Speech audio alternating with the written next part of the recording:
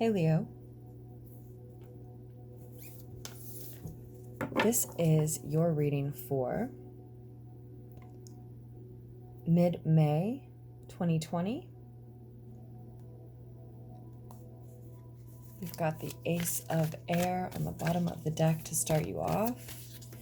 This reading is for any and all Leos.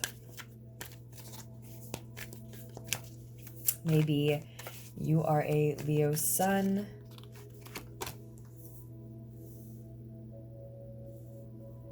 Leo moon, Leo ascendant, Leo Mars, Venus, etc., etc. Or maybe you just resonated with the title.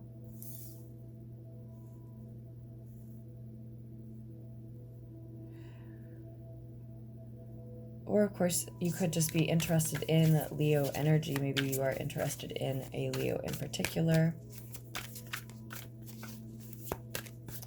This is the Tarot in Wonderland deck that we are using to get started, at least, Leos. I do hope you have all made the very most of the month of May so far. And since I wasn't able to get a reading out for you until mid-month, okay. It might apply to the entirety of May for a lot of you.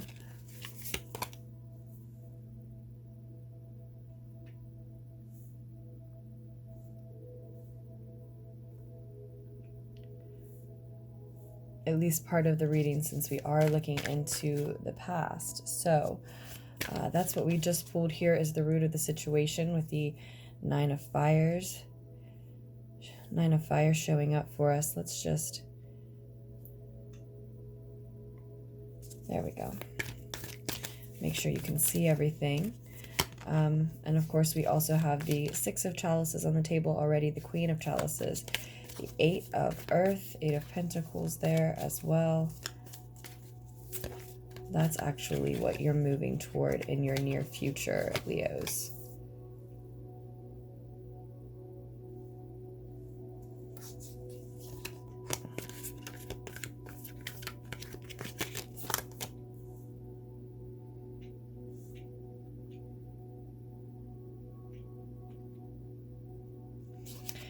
What we may be seeing with the Wheel of Fortune on the table is that in your higher mind, when your ego is quiet, a lot of you know that divine timing is at play in your life. If something isn't happening as quickly as you would like it to, there is that Ace of Swords again. This is the more distant future card for you. And on the bottom of the deck, the Tower card, Scorpio energy perhaps coming through. As we quickly approach Gemini season, I'm sure we will actually, already be in Gemini season, very likely by the time this is posted. And as the moon moves from Aries to Taurus, trying to get this to focus for us, you have this Scorpio energy that shows up. Tower card energy.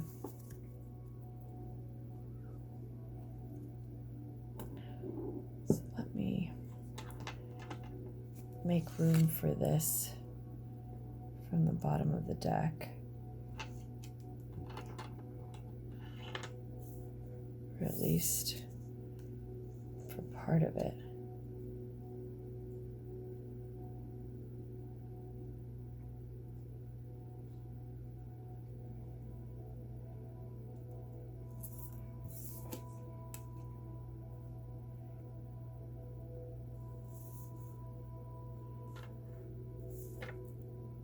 Okay.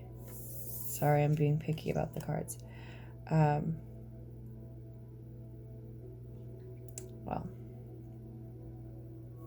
sometimes I have to be, actually.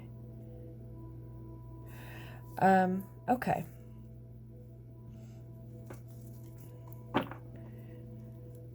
So, Leos,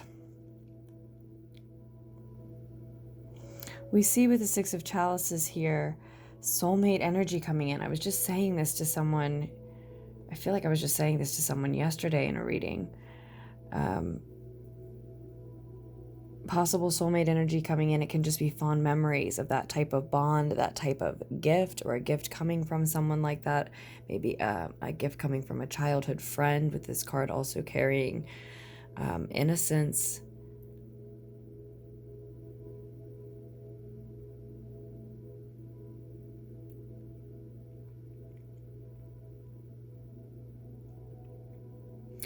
I don't know, Leo, if you're the one giving or receiving the gift, actually. For a lot of you, I think you may be giving the gift, but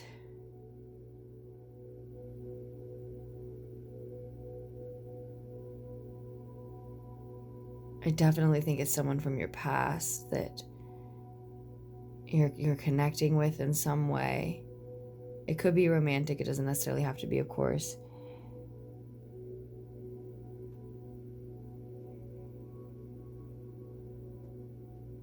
And honestly, I think so many of you are just considering this. You're just thinking about it. It's just a memory of like a connection, a memory that maybe inspires you to want to give something, but or reach out at least, but you know, are just thinking on it, and it may just be sort of a fantasy, a daydream, and you may not necessarily actually act on that.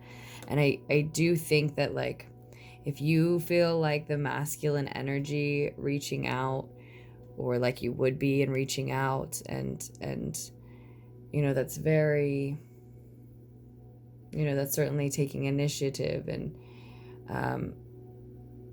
it sort of puts you in that position. But certainly if you identify that way, it looks like this mature feminine character here may not be receptive to you reaching out, if it is you. So the situation, Leos, will inevitably leave you with this truth that we see in the more distant future. By the end of the month, likely at this point, moving into a deep, you know, moving into June, moving through Gemini season even.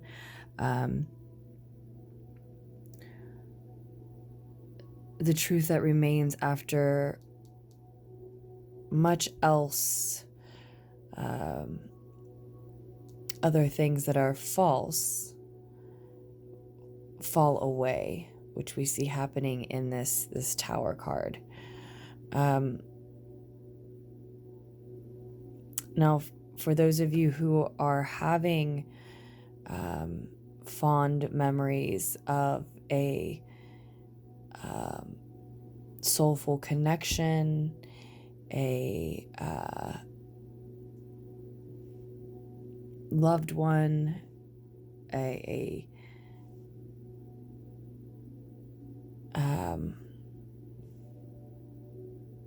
friend, a family member, or maybe a partner from your past. Again, if you reach out, I don't see, certainly not a feminine energy, being receptive.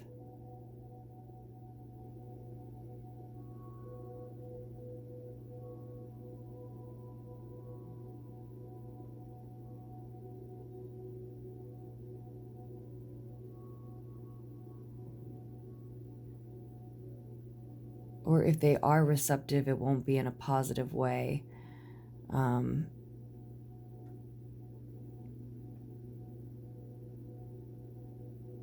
She has the potential to be manipulative. She has the potential to be overly emotional, to sort of overflow.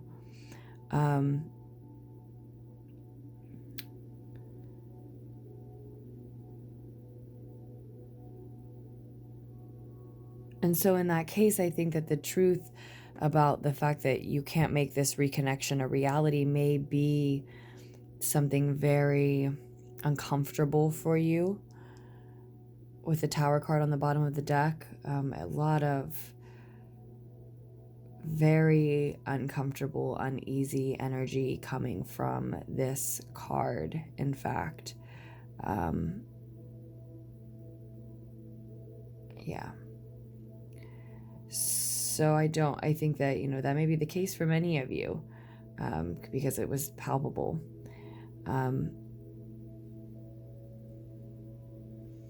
For others, though, this can also read as you being the one who is not receptive. Someone may be having memories of you, and you may just not be in a place of being emotionally ready for that.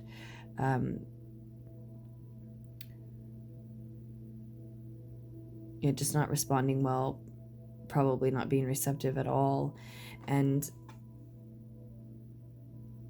either way, in the near future, moving through the end of May, you're moving into focusing more and more on work, spending more and more hours on work. So if that's the case, if you're the one who is being thought of and deciding not to be receptive to that energy, then this actually could be a breakthrough in work.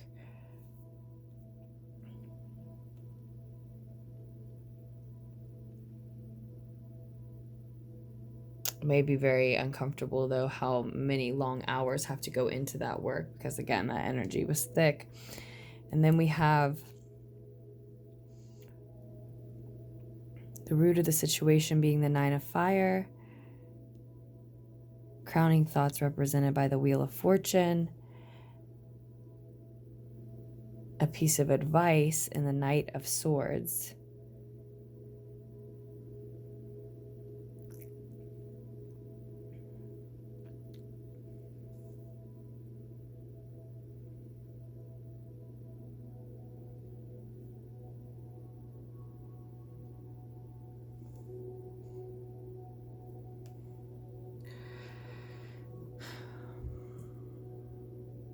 It looks like in the root of the situation, someone may have asked for help. So you may be thinking of someone and reaching out because, and expect them to be receptive, because in the past, they've given you the impression that they needed your help in some way. That may be why it is so, I want to say, earth-shattering for you to realize that they're no longer in that receptive energy.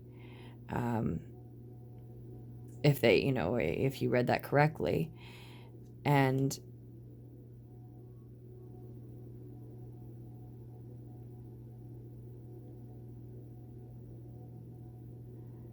I see someone needing help in the root of the situation either way. So yeah, you know, you may have given that the other way, flip-flopped. You may have given that impression to someone, which may be why they are expecting you to be receptive and thinking that there may be daydreams or something of reconnecting with you.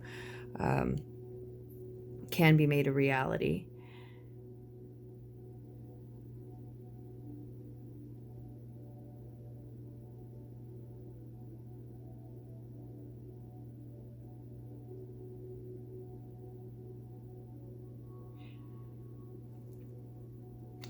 Either way, I think there's a lot of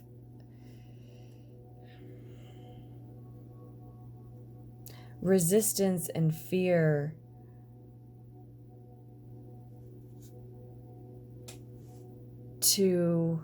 in a new beginning, because the Fool card is flipped here as what was on the deck below that Tower card. And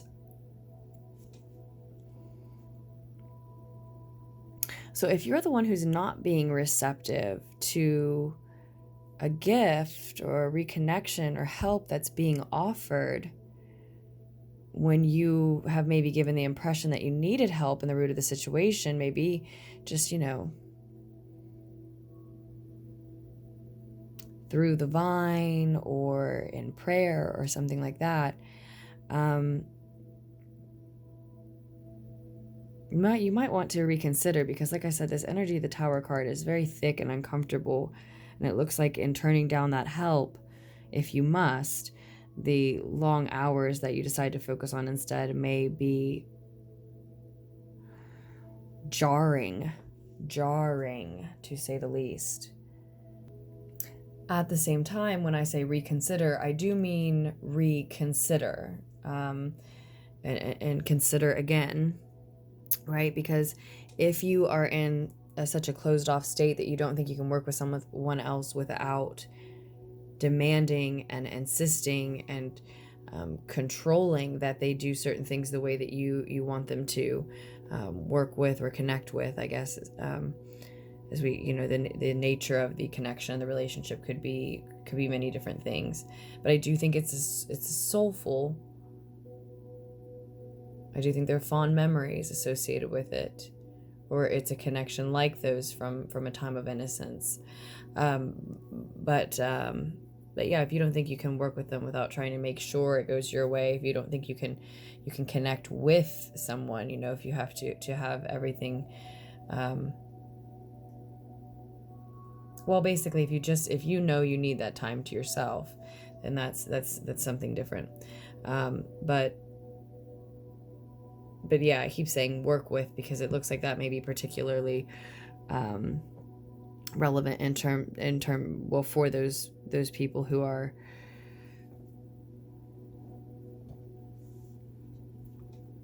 working too much.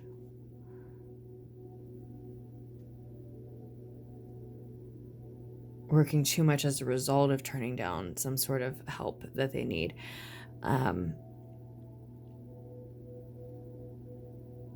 You are advised, though, with the Knight of Swords, to just say what you need to say, to communicate your truth clearly. So if that's the case, you know, it may be a matter of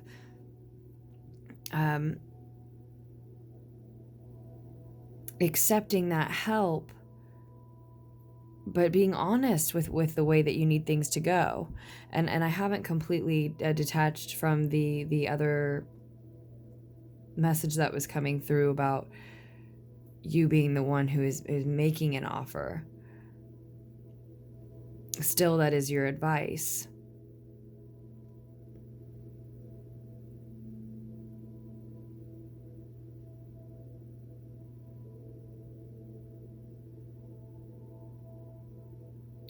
To be very honest and say what you need to say to this person, even if it's you who's making and is maybe reaching out, or maybe you already feel hesitant to, maybe you already feel deterred from reaching out because while you're having fond memories of someone, you can feel like energetically that they're not going to be receptive, or maybe, you know, you do and you find they're not receptive. It again, this still I see that this is very jarring for you, and you may need to speak your truth to this person. Why you expected them to need the help that they asked for, or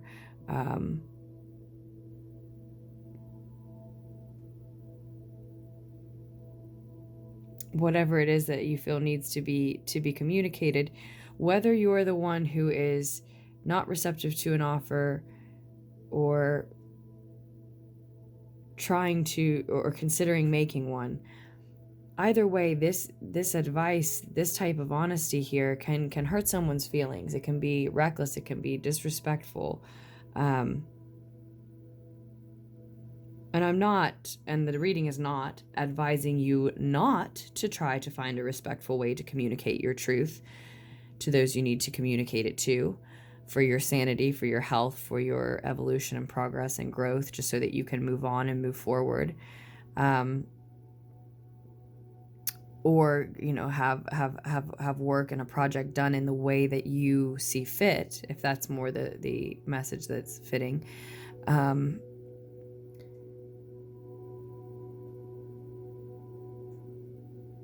But still, the emphasis is on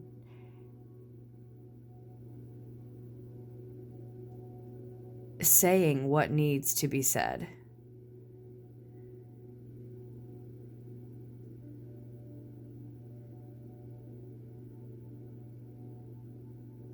But it does also carry the message of meditating first and planning first.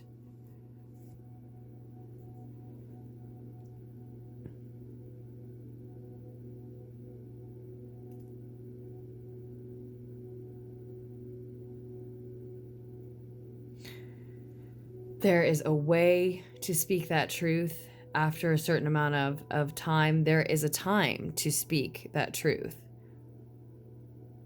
A time that's key because you've had enough time to meditate on what it is that you are speaking and thinking about, but also a timing that is advantageous to you communicating your message. Now, that doesn't mean that you can make anything go the way you want it to here, but you are left with a truth here, and I think left only with a truth here in this situation. We're certainly left with this truth above all else, and it may be thinking through that truth and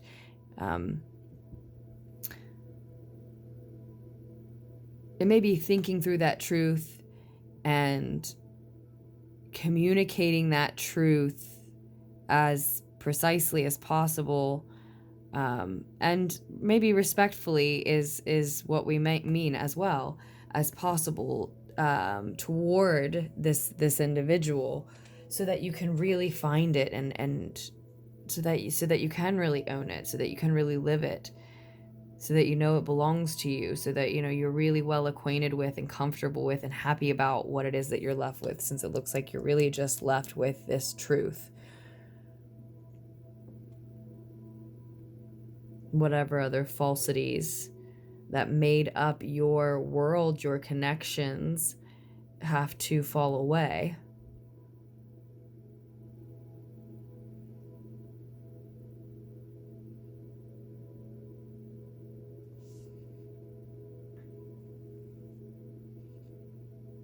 Clearly, this new beginning,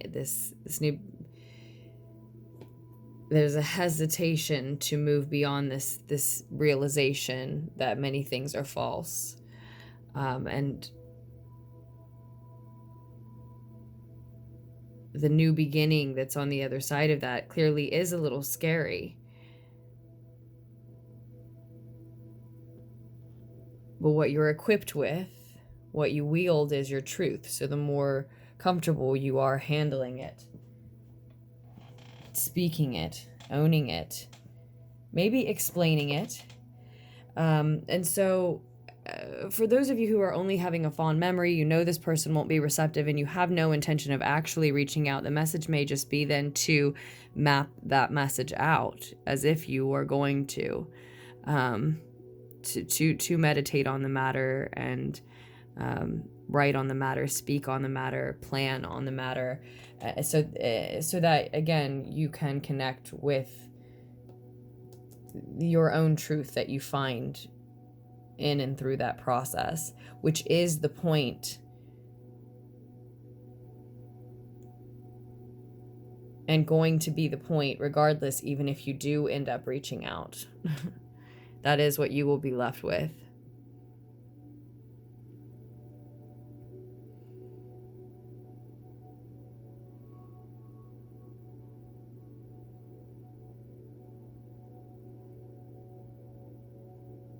That is what you will be left with.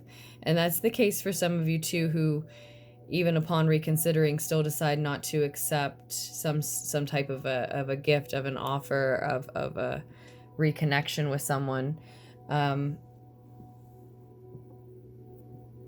You may have needed help and communicated that in the root of the situation, but you also may have your reasons why you've either changed your mind or just don't want this type of help from this individual now. And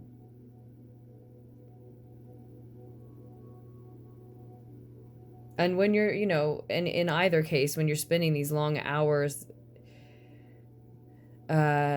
working and maybe over caffeinating yourself, going without sleep, whatever that entails, just having your brain sort of being overloaded, and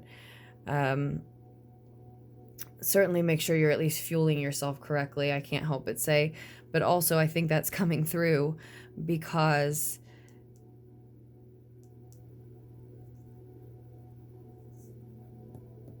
that may be a reason why you hurt someone's feelings when you speak your truth about, hey, why I don't want to take this offer, why I don't want this help.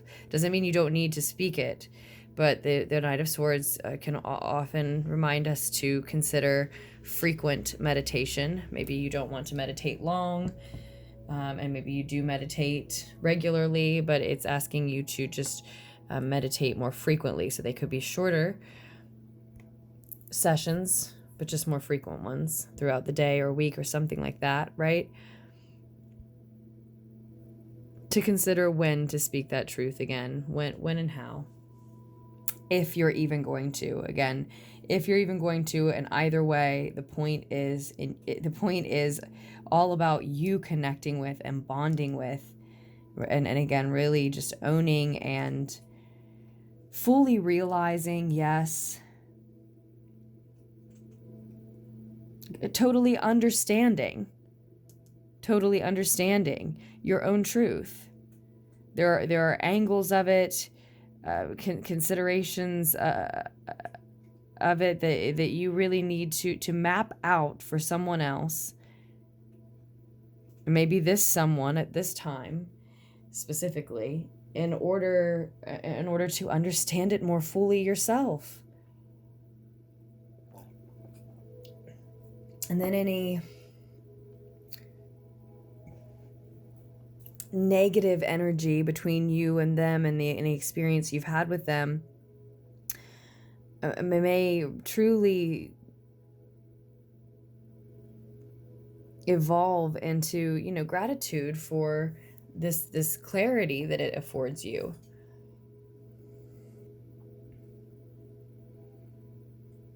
It is a new perspective, and it's your truth. It's a new perspective of your truth. It's more fully understanding it. And it's very much connected to why you turn to work this way, and why this reality shatters your world, why you have to speak this truth, why you are not wanting to be receptive to this offer if it's one coming toward you. It's connected to those things.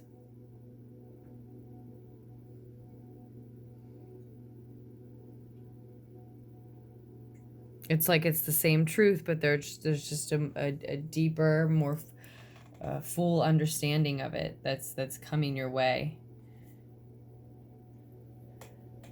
of why you are the way you are, or why you do what you do, or why your values that you're honoring in this situation are so important to you.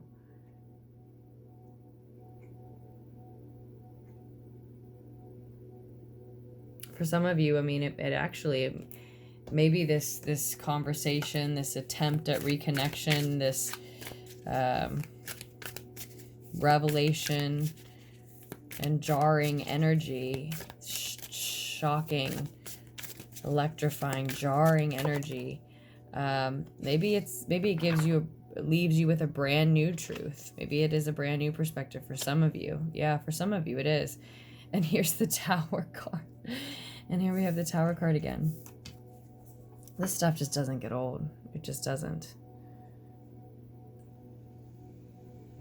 And then when it does, you just get a new deck.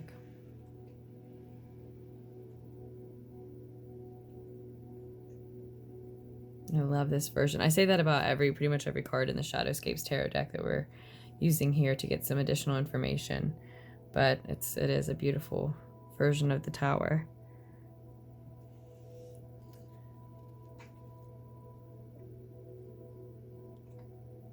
So we'll let a little of it be seen right there.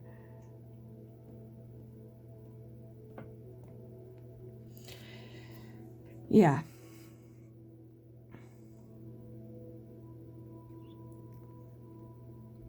Yeah, for a lot of you, it actually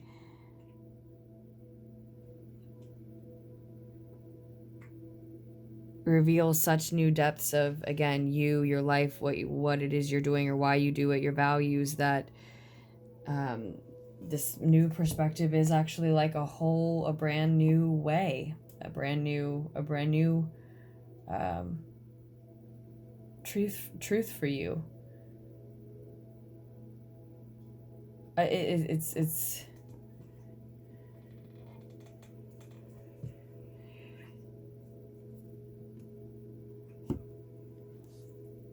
it's strange. It's like it still is what you've known it to be. Like I was saying, you're understanding it more fully. But because you have this new angle of it, you realize that it is so much more than you thought it to be, right? And so you know, that understanding fully is like a whole new something.